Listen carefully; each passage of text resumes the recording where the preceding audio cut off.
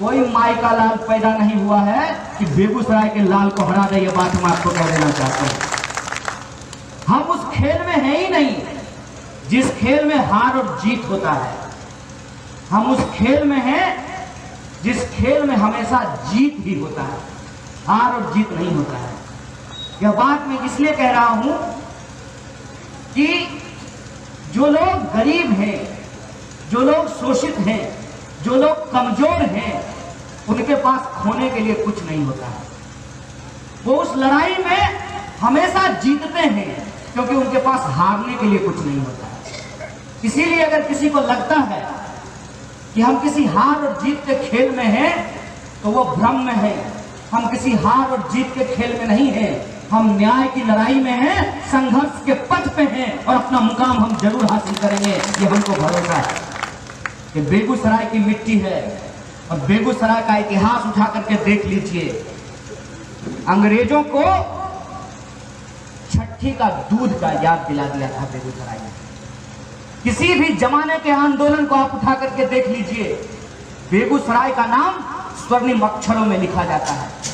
कोई ऐसा क्षेत्र नहीं है जिसमें बेगूसराय जिले ने अपना नाम नहीं किया है। लेकिन मुझे इस बात की तकलीफ है, मुझे इस बात की तकलीफ है कि राष्ट्र कवि दिनकर की इस धरती को इस देश की सरकार ने राष्ट्र विरोधी और देशद्रोही कहने का अपमान किया है। उस अपमान का बदला हम लोगों को लेना है। यह बात हम आपको कहने आए हैं। लोकसभा चुनाव का क्या होगा इससे हमको खासा मतलब नहीं है। हमको इस बात से मतलब है कि जिसने हमारी मिट्टी को अपमानित किया है उस मिट्टी में हमने अंगद की तरह पांव जमा दिया है। और इस सरकार को कह देना चाहते हैं कि आपने एक कन्हैया पे हाथ डाला था तो हमने आपका दांत खट्टा किया है। यहाँ लाखों कन्हैया हैं, हम आपको नष्ट नाबूद कर देंगे। ये हमारा संकल्प है, ये हम आपको कहने आए हैं। इनको लगता है कि पैसे के जोर से, हेलीकॉप्टर के फड़फड़ाहट से और टीवी के शोर से ये हमारी आवाज को दबा देंगे, तो ये भूल में है। ये भूल में है क्योंकि इनको बेगूसराय का असलियत नहीं मालूम है। किसी भी इंसान को पूछिए जो लोकसभा चुनाव के वक्त आपसे वोट मांगने के लिए आएगा कि शाम हो अकहा कुढ़ा बेगूसराय जिला का हिस्सा है, बेगूसराय जिला का प्रखंड है, बेगूसराय जिला का पंचायत है। सामहो अकहा कुरहा के लोगों को बेगूसराय यदि गाड़ी से जाना हो तो 50 किलोमीटर दूसरे जिला का परिक्रमा करके बेगूसराय पहुंचना होगा। यही विकास है। क्यों नहीं चर्चा होती है इस बात पे?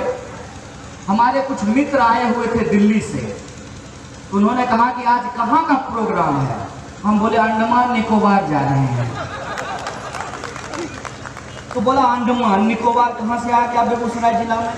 हम बोले क्या करोगे दोस्त, विकास की ऐसी गाथा रची गई है जिसके हम लोग भुक्तभोगी हैं कि बेगूसराय जिला में भी एक अंडमान निकोबार द्वीप समूह है।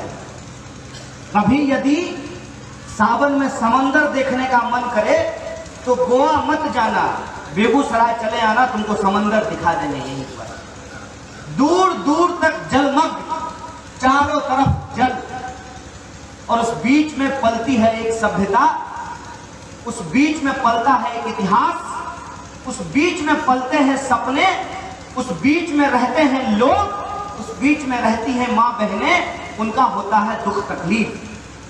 कौन पूछता है इसका? कौन याद आता है?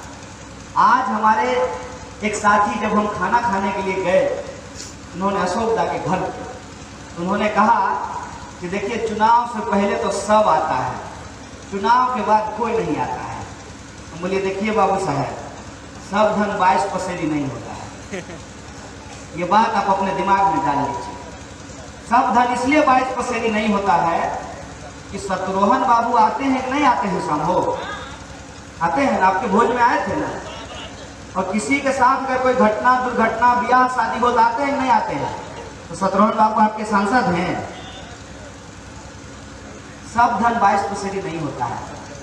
हुआ ये कि भात दाल खाए खाए न लोग मन उबियाए, ललका झंडा देखत देखत न लोग मन उबियाए करके कहते आप चाउमीन खेबे, चाउमीन मोदी भगे अच्छा खाए ला चाउमीन 5 साल खेल हो चाउमीन हो, चाउमीन सब दिन दुनू सांझ नहीं खा सके छो। फिर से ललका झंडा लोग के याद आई तो की बात हमरा भरोसा है, क्योंकि हमारी लड़ाई का जो कमिटमेंट है, जो प्रतिबद्धता है, वो सत्ता पाने के लिए नहीं है। सत्ता पाने के लिए यदि होता तो कम्युनिस्ट पार्टी का एक सांसद का हमको 5 महला घर दिखा दीजिए। अगर 5 महला घर होगा तो हम आज आपके सामने में कहते हैं कि पॉलिटिक्स करना छोड़ देंगे। राजनीति तो वैसे ही नहीं करते हैं, चुनावी राजनीति को एकदम बंद कर देंगे। एक हम 5 महला घर बता दीजिए, एक कम्युनिस्ट पार्टी का विधायक का हमको बता दीजिए कि 5000 करोड़ का प्रॉपर्टी खड़ा कर लिया। ये सब बात आप लोग नहीं सोचेंगे। हमको काम गिनाने की जरूरत नहीं है। आप इस गांव में रहते हैं, थोड़ा मेहनत करके सिलापट पढ़ लीजिए, लगा हुआ है, बसी अहमद का नाम लिखा हुआ है, पी गुप्ता का नाम लिखा हुआ है। कौन थे पी गुप्ता? पी गुप्ता कितना फीस लेते थे?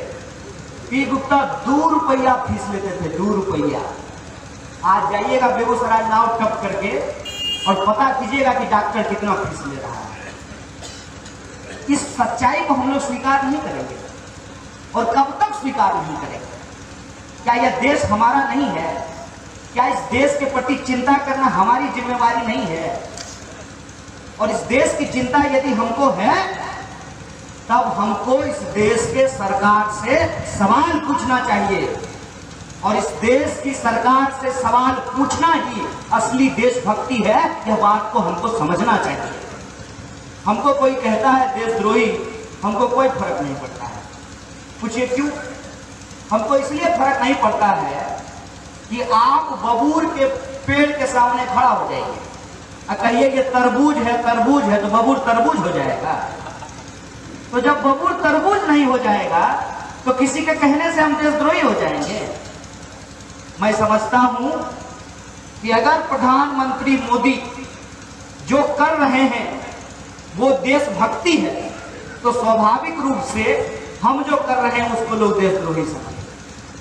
अब एक बात बताओ, जो लोग मोदी को अपना पप्पा मानते हैं, नहीं मेरा पप्पा जैसा भी है, मेरा पप्पा है, तो उसके बेटा के सामने आप उसके बाप का बुराई कीजिएगा तो उसको बुरा लगेगा कि नहीं लगेगा? उसको तिलमिलाहट होगी कि तिलमिलाहट नहीं होगी? ऐसा नहीं लगता चला कोई नंगरिए पर लाइट रख देलक है, नहीं तो कुतवार के देखो नंगरी पर लाइट पे तो कौं कहने भागता, तो बुरा लगबे न करता। ओकर तो बस चले दिन दहाड़े हमरा पर गोली चलाए, ओकर बसे में चल रहे हैं। क्या कि गोली अगर खाई सीना तैयार हुए तो गोलियों अपन रास्ता बदल के चल जाए,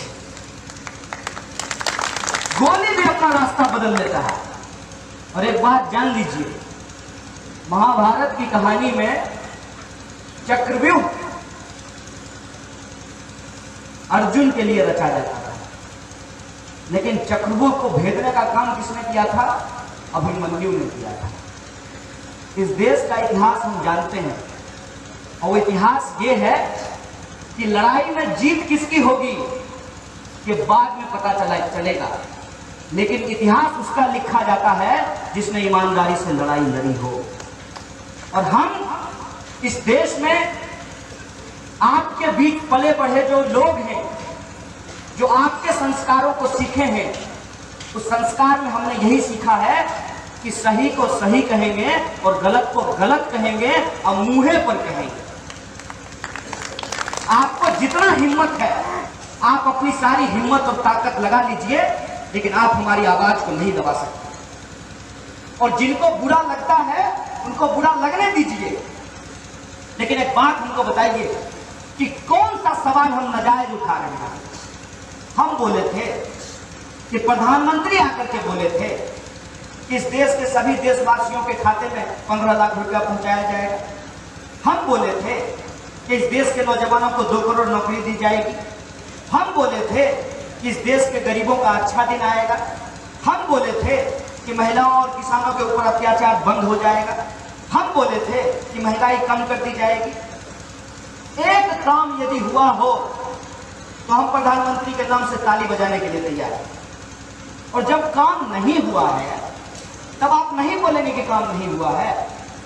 किसी पंपिंग सेट वाले को आप पैसा दीजिएगा, कहिएगा कि हमारा खेत पटा, और जब आइएगा आप देखने के लिए आपका खेत नहीं पटा हुआ है तो आप उससे पैसा वापस नहीं मांगिएगा।